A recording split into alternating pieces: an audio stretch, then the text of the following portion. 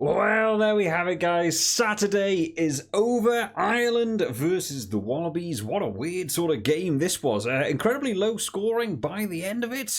Incredibly low scoring at half time. No one's going to be talking about the big points. You have to be a real sort of person who enjoys some gritty rugby, I think, to have got a lot out of this one. But Ireland have come away as the victors now. 12 wins on the bounce at home. Got a good home record. 3 wins in a row over the Wallabies. So, of course, as we usually do, guys, we'll start off by going through the first half, going through some stats, some highlights, some scores.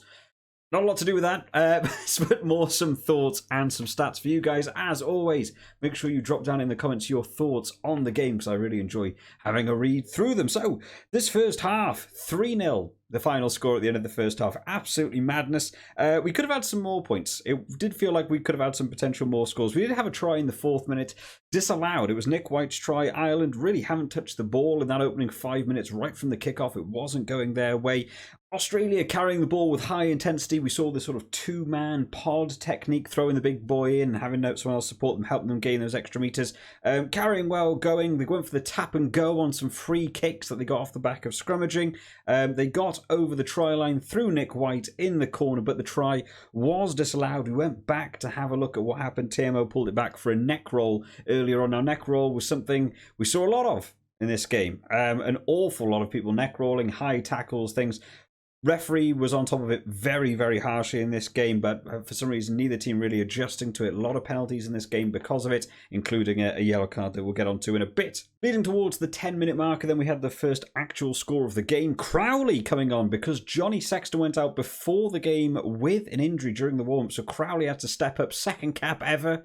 Welcome to the world of international, lad. And to be fair, he had a good game. He really took it on the chin. Good tackles going in. Good gamemanship in terms of the game management as well. I thought he had a pretty good game, to be fair. Managing to get his 3 points over. This was from Hands in the Ruck from Australia. The first opening 10, not the best in terms of Australia discipline, to say the least. By that 10-minute marker, we'd had a penalty count of 4 against Australia, 0 against Ireland. That was just giving Ireland a lot of breathing room in that opening 10. Moving towards the 20-minute marker, it flipped the complete opposite way. Australia had a penalty opportunity themselves on the 20-minute marker that was quite a poor kick from Bernard Foley from the kicking tees. Pretty accurate, to be fair, but this kick just went absolutely nowhere near the post. This one was from Ireland offside at the box kicks, and the box kicks also weren't going well for Ireland. Gibson Park not really on the mark today. Really short kicks, not getting the 10 metres you wanted. A lot of height. Had 1 charge down, had 2 quite poor kicks as well. But yeah, missed kick from them means they didn't actually manage to get any points themselves. But that penalty counter drawing level now. Ireland on 4, Australia on 4 at the 20-minute marker. So both teams sort of having a bit of struggle to get into this game, really, in terms of penalties. Now, Australia took the main advantage in the second quarter of the game, sort of 15, all the way through, I'd probably say, to about 35 minutes, to be fair, as all Australia on attack. Plenty of carries, plenty of breakdown situations, plenty of rucks, passing, doing some different switches, trying some different tactics. They were going through them, they were doing it well, they were trying their best, but the Ireland defence really holding up very well in that first half, not really letting anything through, not really losing a lot of metres. Not really committing men to the breakdown, just having the tackle. Maybe one person goes for jackal, will stand off, just sort of playing it as it comes. It was quite a smart way to defend, to be fair. It didn't really allow Australia to gain a lot of room for all the work they were doing, but the tackle count was something that was beginning to increase. Now, we got to around the 35-minute marker and some quite incredible stats at this point. Time in opposition 22, just before the half-time marker of a game of rugby, Ireland are on 17 seconds. 17 seconds in an entire half of rugby. They got into opposition 22 and they're in the lead at 3-0. I mean, you've just got to make the most of it. Australia have been in Ireland's 22 for 3 minutes and 51 seconds. So massively having the opportunities along with the possession, 66% possession in this game. Australia in that first half, just not converting it to points. It'd be a real shame for them. I know they had that try disallowed, but there were so many other opportunities. You feel like just got to be converting those points. A bit of a turning point towards the halftime marker then was the Fainga'a yellow card. This came off the back of yet another neck roll, continuous neck rolls. He's the guy going. Both captains warned about it. Next person does it, it's going to be a yellow card. It was Fainga'a who got theirs. Now this affected the scrums a little bit. We had some uncontested scrums in this game. We had to do that whole rule that we got to see, I think, in the Six Nations for maybe the first time for me. someone has to come on to replace the front row, but then you have to lose someone, but because you've had a yellow card, you also have to lose someone else in order for you to not gain advantage. So that was quite fun to watch. It's a weird rule in rugby we're getting more versed in now.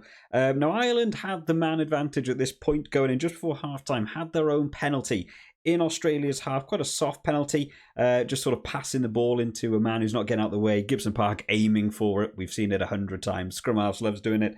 They went to the corner rather than kicking for 3 at this point. And I would say, I know you've got the man advantage, but 3-0 on the board. Nothing wrong with going at halftime 6-0 up. They went to the corner and the maul was just shut down extremely well. Gibson Park tried to bring it back in, but had his foot in touch. And it just meant that Australia got to end that first half pretty easily, to be fair. I really felt like the 3 was the right option there. The driving maul didn't turn into any sort of tries for anyone today.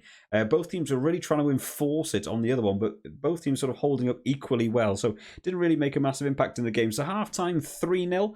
Turning some notes then, just said all the attack seems to be going the way of Australia, but Ireland's set play is looking much better. Even though percentage-wise, lineouts and scrums looked relatively even, it just felt like the way Ireland were organised themselves, making a nuisance in the lineout situations. It just felt like it was going more the way of Ireland. Penalty counts really slowing down the game, which was a shame. The refs whistle blowing all day long in this one really didn't allow us to sort of get into it, which could be a bit annoying if you just want to see some free-flowing rugby, especially with some of the other games we've had over this weekend so far. So that was a bit of a shame.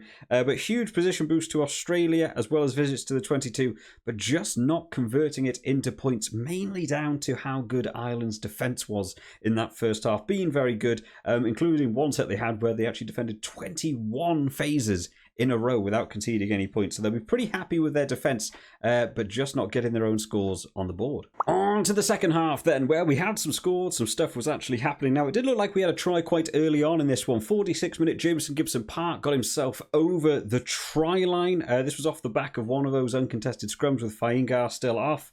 They went down the blind side with Hansen, who offloads it back to Gibson Park, goes over for the try, went back to the TMO, and this time this one was disallowed because Hansen's foot was in touch. So both teams having one disallowed each, which is a shame for them.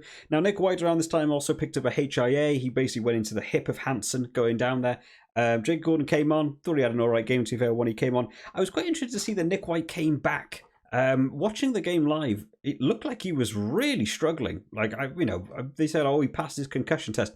At one point, he was literally falling back over trying to stand up. I'm quite surprised they let people back on the pitch. I'm not really sure whether they need to have a look at those HIAs and whether it's actually doing the job. He was perfectly fine when he came back on. But man, what a knock to the head he had going in there. Ireland had another penalty towards the 50-minute marker. Another one of these ones where they had the opportunity to go for the 3. Not a ridiculous, hard kick, but they decided to go for the corner again.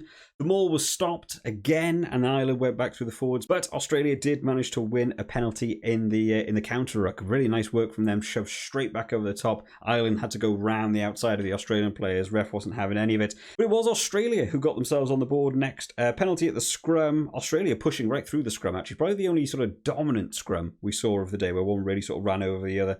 That one was successfully converted by Foley after missing his earlier one in the first half. Ireland got a penalty in the 65th minute from a tackle in the air. A bit nothing. One of those sort of, players sort of falling to the ground. He sort of backed out of it, but it is technically you hit him in the air. There was one in the first half. Ref being consistent, so fair enough. Ireland went for the corner again. That one might have been more outside of the range. I'm not entirely sure what Crowley's range is like in terms of kicking. That one might have been outside his range. They went to the corner, went for the driving maul, shut down again very well by Australia. They went through the forwards, pick and go, 6 phases, gain the advantage, and pass out to Bundy Aki, who manages to get over back from his 8-week ban, straight back onto the pitch, scoring himself a try. Was converted also by Crowley to take Ireland 10-3 up. We didn't have to wait long for Australia to bounce back, though. Jordan Pataya, otherwise known on the commentary team as Pai Tire.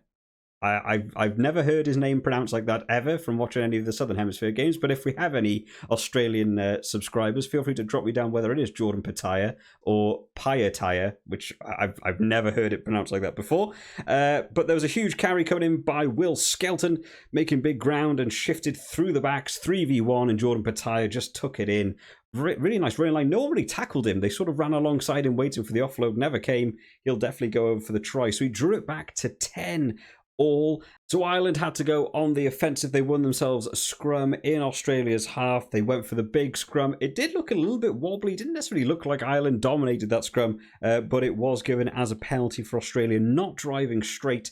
And up steps Ross Byrne, obviously having to fill in now. Johnny Sexton dropping out, so everyone sort of shifts along. Ross Byrne coming in, who's a man I've said many a time on this channel that I feel like he's never really had a really fair shot in this Ireland team. I really rate him quite highly. Steps up, man of the moment, really difficult kick, being rushed by the referee. We know how Australia have faced that before with the referee saying for time wasting, you've got to get that kick over. Ross Byrne steps up to the plate and gets it over, taking that scoreboard to the 13-10. You think the game might be all over, but Australia are having none of it. They win their own penalty. Nick White trying very hard to win a penalty, throwing some questionable moves to try and win a penalty, but they did actually win one proper one towards that 78th minute for Ireland, not rolling away. Debutants getting caught in the ruck. Welcome to the international scene.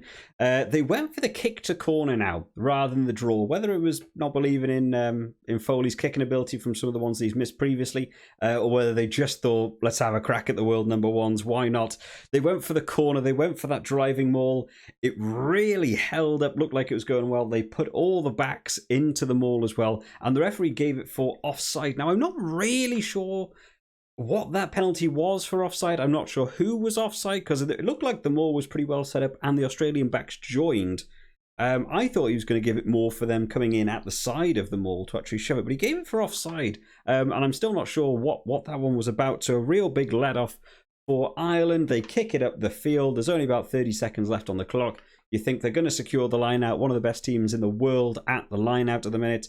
And yet this is the one that Australia managed to steal. They go back on the break, all very exciting. Can they get towards that line? But unfortunately, handling errors let them down. The ball goes loose, and Ireland clear it out for that full-time result of 13-10. Now, I'm probably not doing justice just how sort of hard-fought this match was. I just wanted to give some more overview highlights, because there's an awful lot of stops, starts. There are some other people that have played extremely well in this game that have not really been mentioned. Some of the wingers going on for Australia making huge meters in this game. The impact of Will Skelton coming into this game was also massive.